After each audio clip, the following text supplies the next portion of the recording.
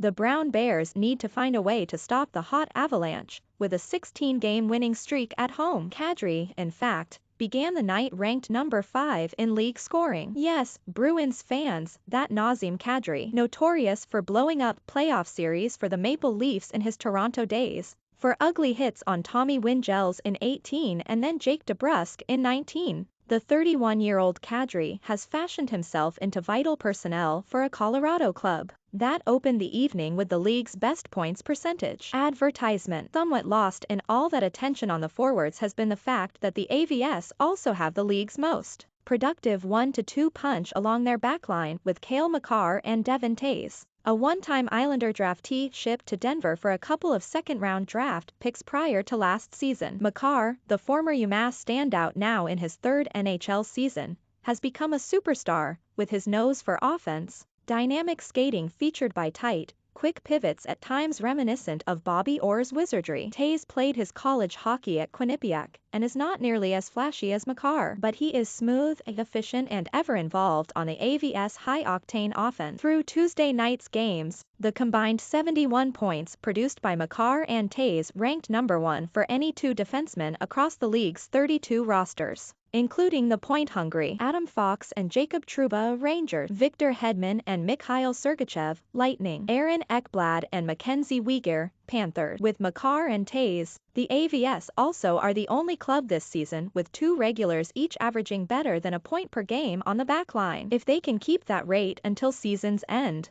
they'll become the first defenseman on the same team to click for 1.00 ppg or better since Al MacInnis and Gary Suter did it for the 92-93 Flame. In their tenure with Calgary, MacInnis and Suter combined for that feat 2 other times, a remarkable achievement greatly overshadowed in the game's more offensive era. Advertisement The Bruins, 10-3-0 in January prior to the face-off at Ball Arena, could use some added backline scoring punch. Their number 1 producer back there has been Charlie McAvoy, followed by fellow BU Terrier Matt Grzelcyk. The Bruins' offense has been revived this month, mainly because of coach Bruce Cassidy reconstructing the top 2 forward lines. Wringing more points out of the blue line core, however, remains high on the to-do list. Offensive blue line would be the place, said Cassidy, targeting the spot from where play and production could get a lift. I think we can improve finding shooting lanes. The skill involved there is holding the puck an extra half second to try to create the lane,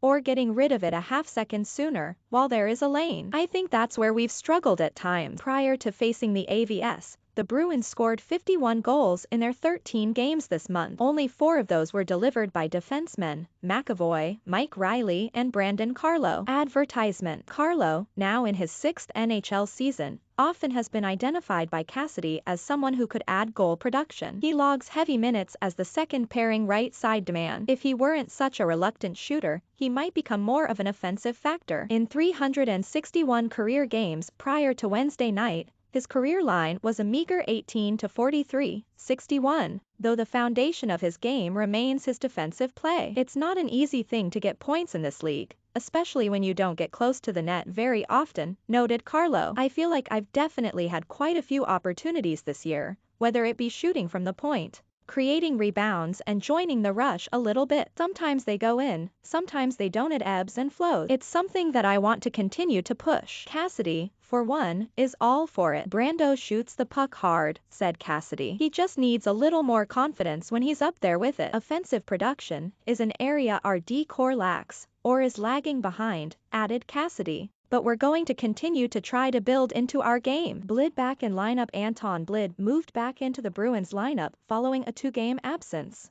subbing back in for the injured Nick Foligno. Blid rode on his familiar number 4 LW spot with Tomas Nosek in the middle and Curtis Lazar on right wing. Oscar Steen moved back to right wing, Foligno's customary spot, on the third line with DeBrusk and Charlie Coyle. Advertisement Foligno, who appeared to suffer his upper body injury in a second-period slugfest Monday night with Anaheim's Sam Carrick, did not make the trip and also will not play in Arizona or Dallas. Linus Ullmark, who sat on Monday, allowing Tuukka Rask to make a second consecutive start, returned to net duties. Ullmark entered the night with 7 wins in his 7 starts in January, having turned away 160 of 178 shots for an .899 save percentage. The Swedish stopper's record for the season, 14-5-0, with a 2.55 goals against average and .915 save percentage. Getting the job done. The three players chosen before Makar in the June 2017 draft,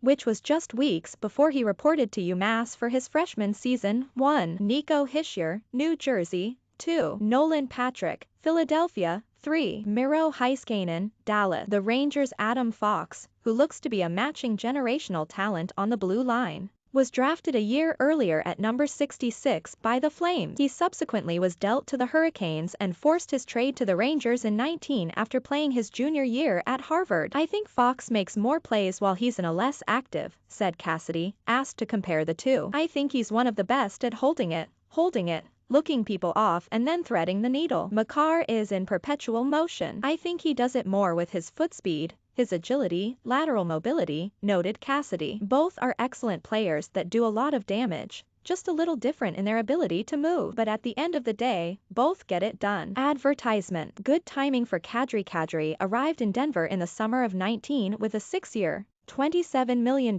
pact he signed in Toronto. He is now 31 years old and on target to hit the unrestricted free agent market on July 1st. Good year for him to post a career season. McKinnon, a workhorse, entered the night with an average on-ice workload of 21.49, ranking him number 4 among all NHL forwards this season for average TOI. The top three, prior to face-off in Denver, Leon Draisaitl, Connor McDavid and Alex Ovechkin. Cassidy spreads out his time a bit more among his forwards. The top three for the Bruins, Brad Marchand, David Pastrnak and Patrice Bergeron in his days with Toronto. Kadri was pitched out of back-to-back round 1 playoff series versus the Bruins. In 18, his smack on Wingels, down on his knees along the wall, came in Game 4. The following year, he drilled a two-hand cross-check into DeBrusk's face and neck in Game 2, moments after DeBrusk rubbed out Patrick Marleau with a clean check into the stanchion at the end of the Boston bench. The Leafs lost both series in Game 7. The AVS might have only one soft spot,